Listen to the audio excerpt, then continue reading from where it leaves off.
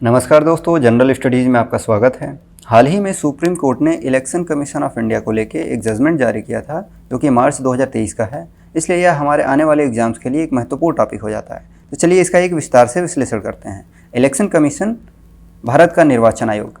भारत का निर्वाचन आयोग एक कॉन्स्टिट्यूशनल बॉडी है, यानी कि संवैधानिक संस्था है। संवैधानिक संस्था क्या होती है? संवैधानिक संस्थाएं वह होती हैं जिनके बारे में हमारे भारतीय संविधान में प्रावधान लिखित रूप में दिए गए हैं या निहित हैं। ठीक है। भारतीय निर्वाचन आयोग लोकसभा, राज्यसभा, लेजिस्लेटिव असेंबली यानी कि राज्य की जो विधानसभाएं होती हैं और राष्ट्रपति और उपराष्ट्रपति के चुनाव के लिए उत्तरदायी होता है, यानी कि इनका निर्वाचन या मतदान इलेक्शन कमीशन कराता है, भारत का निर्वाचन आयोग कराता है। ठीक है। आगे क्या है कि कॉन्स्टिट्यूशनल प्रोविजंस, इलेक्शन कमीशन के बारे में भारतीय संविधान में क्या दिया गया और कहाँ दिया गया है। भारतीय संविधान के भाग 15 में इलेक्शन और कमीशन यानी कि चुनाव और आयोग के बारे में दिया गया है। इसमें इलेक्शन कमीशन के बारे में बताया गया है। इलेक्शन कमीशन की स्थापना 25 जनवरी 1950 को हुई थी। इसके बारे में अनुच्छेद 324 से 329 तक दिया गया है, जिसमें इसके कार्य, शक्ति और कार्यकाल के बारे में दिया गया है। तो देखते हैं इनके अनुच्छेद में क्या है। अनुच्छेद 324 जो कहता है कि चुनाव का निर्देशन और नियंत्रण एक चुनाव आयोग में निहित किया जाएगा। ठीक है। अनुच्छेद 325 क्या कहता है? किसी भी व्यक्ति को धर्म, जाति या लिंग के आधार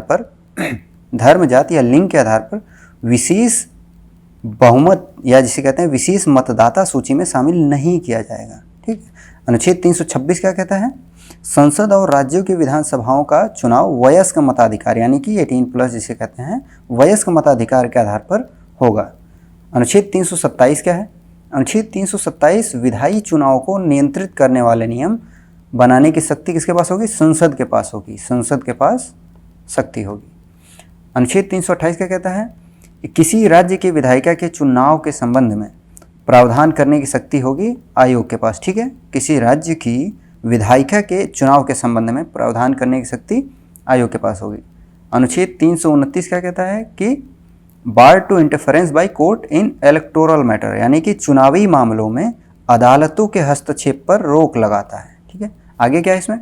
स्ट्रक्चर ऑफ इलेक्शन कमीशन, भारतीय निर्वाचन आयोग का संरचना क्या है? तो संरचना मूल रूप से आयोग में केवल एक ही चुनाव आयुक्त होता था, लेकिन एक एक्ट लाके, अधिनियम लाके इसको बदला गया कब? 1989 में। इलेक्शन कमीशन अमेंडमेंट एक्ट 1989 में इसको मल्टी मेंबर बॉडी यानी कि बहुसदस्यीय निकाय, बहुसदस्यीय संस्था इसको बना दिया गया। ठीक है। जिसमें कौन कौन होंगे? एक चीफ इलेक्शन कमिश्नर CEC जिसे कहते हैं और 2 इलेक्शन कमिश्नर होंगे जिनका अपॉइंटमेंट, जिनकी नियुक्ति राष्ट्रपति करेगा। ठीक है। इनका एक फिक्स कार्यकाल होता है जो कि 6 साल का होता है या 65 साल, दोनों में से जो पहले पूरा हो जाता है वो इसमें अपनाया जाता है। ठीक है। ये सुप्रीम कोर्ट के जज के जैसा सैलरी पाते हैं और उन्हीं के जैसा स्टेटस एंजॉय करते हैं। ठीक है।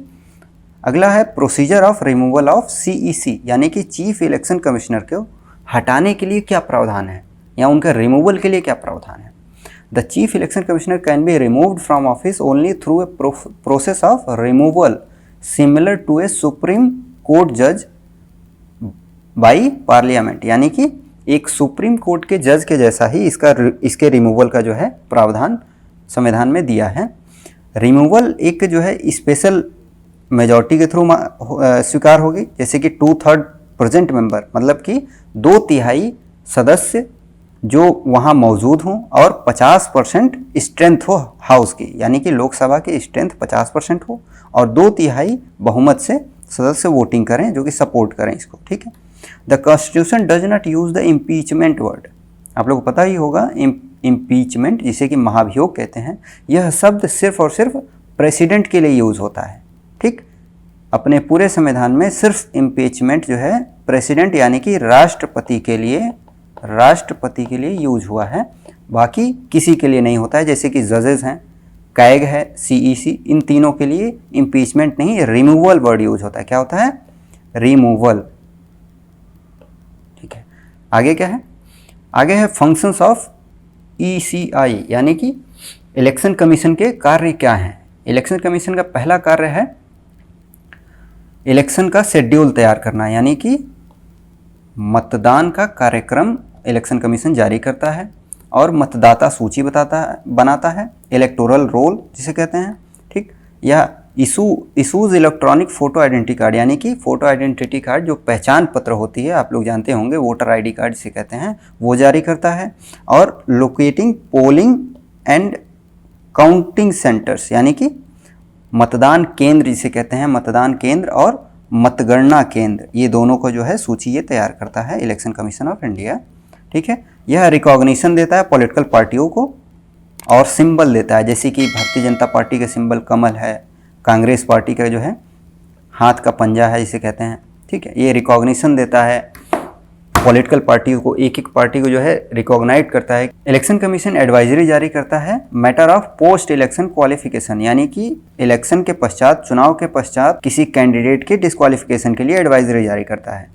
इलेक्शन कमीशन और क्या जारी करता है, मॉडल कोड ऑफ कंडक्ट, यानी कि आदर्श आचार संहिता जिसे कहते हैं, आप लोग जानते होंगे, ये भी इलेक्शन कमीशन ही जारी करता है। और sets limit of campaign expenditure पर कैंडिडेट, एक व्यक्ति एक चुनाव में कितने खर्च कर सकता है उसके लिए भी यह एडवाइजरी जारी करता है और एक लिमिट तय करता है। ये इसके कार्य हैं। आगे क्या है, current affairs point of view के वजह से हम इसको जान लेते हैं कि करंट अफेयर्स में क्या है इलेक्शन कमीशन को लेके। तो जिसकी हम बात कर रहे थे कि इलेक्शन कमीशन को लेके सुप्रीम कोर्ट ने एक एडवाइजरी जारी की है जो कि Anoop Barnwal versus union of India case के थ्रू है। इसमें सुप्रीम कोर्ट ने जो अपॉइंटमेंट है चीफ इलेक्शन कमिश्नर और इलेक्शन कमिश्नर का जो प्रेसिडेंट के द्वारा होता है उसको बदला है और उसको कहा है कि प्रेसिडेंट ही अपॉइंट करेगा, लेकिन ये 3 मेंबर कमेटी होगी, यानी कि 3 मेंबर हाई लेवल कमेटी के थ्रू होगा। लेकिन ये पहले क्या होता था, पहले आर्टिकल में दिया गया था 324 में कि राष्ट्रपति advice of council of minister, यानी कि कैबिनेट जो होती है इसे मंत्रिमंडल कहते हैं, उसके एडवाइस के आधार पे अपॉइंटमेंट करे, किसका, सीईसी और ईसी। लेकिन इसको